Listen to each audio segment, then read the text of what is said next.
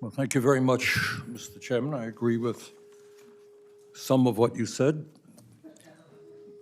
Certainly don't agree that President Trump is trying to make us healthy again by throwing 15 million people off the health care they have and doubling premiums for 20 million more. That's not making America healthy. But you are quite right that over the last number of years, there have been a number of innovations that have saved lives, eased pain, and we thank all of the scientists and the companies that are responsible for that. Scientists who work at our nation's universities, the NIH, and pharmaceutical companies deserve our gratitude and respect for the incredible work they have done to discover, as the chairman mentioned, new treatments and cures. And we must continue to support those efforts. There is enormous opportunity out there to save lives, extend our life expectancy, and ease pain. But let us be very clear. A life-saving drug, no matter how wonderful it may be, does no good for people who cannot afford it. That's just the simple reality. Yet, Mr. Chairman, here is the reality. 1 out of 4 Americans today cannot afford to purchase the medicine prescribed by their doctors because they cannot afford them. Just think about how crazy that is. People who walk into a doctor's office, they're sick, they get diagnosed, doctor writes out a prescription, they cannot afford to fill it. So what happens? They suffer. Maybe they end up in the emergency room. Maybe they end up in the hospital at great expense to the healthcare system. That is pretty crazy. So in my view, one of the issues that must be looked at today is not only innovation, it is the cost of medicine here in the United States. And in my view, we can no longer tolerate the American people paying, by far, not even close, the highest prices in the world for prescription drugs. Why does Merck charge Americans? Simple question, and maybe some of our panelists will help us answer it. Why does Merck charge Americans with cancer $206,000 a year for Keytruda when the same exact drug can be purchased for $80,000 in Germany and $42,000 in Japan? Pretty simple question. I think the American people would love to know the answer to that. Why does Johnson & Johnson charge Americans with blood cancer $188,000 for Darzalex when that same exact drug can be purchased for just $82,000, less than half, in Canada and $79,000 in Japan?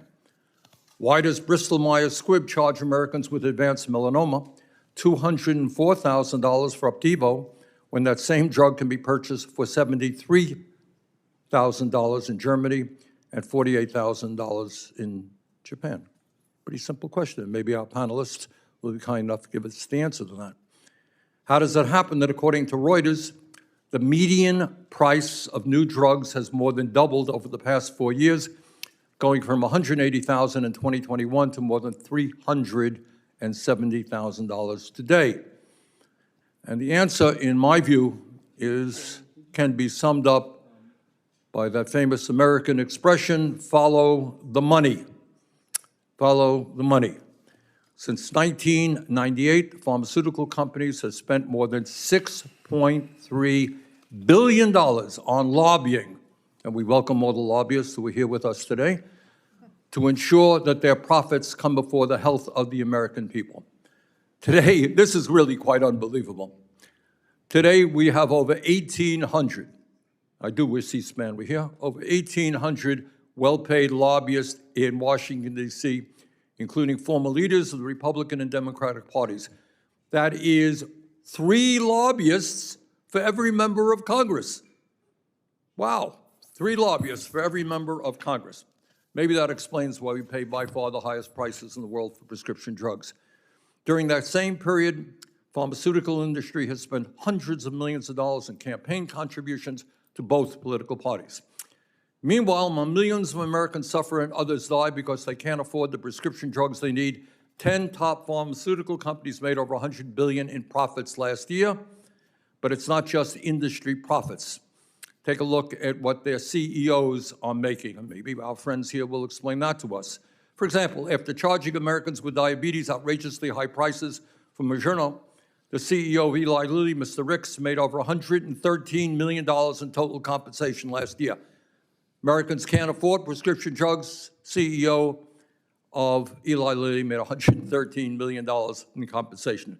CEO of Regeneron made $124 million in compensation. CEO of AbbVie made nearly $80 million in compensation, et cetera, et cetera. And here is another reality. Since President Trump took office in January, the price of more than 680 prescription drugs have gone up, not down, et cetera, et cetera. So, Mr. Chairman, I think we are in agreement. There is huge potential on the part of our scientists, researchers, pharmaceutical industry to come up with important drugs to deal with diabetes, cancer, Alzheimer's, you name it. And that's what we want them to do. But let us also understand there is probably, maybe with the exception of Wall Street, I will give you that, maybe no industry more greedy, more selfish than the pharmaceutical industry. And they have got to stop their practices, which are forcing millions of Americans to go without the medicine they need. Thank you very much, Mr. Chairman.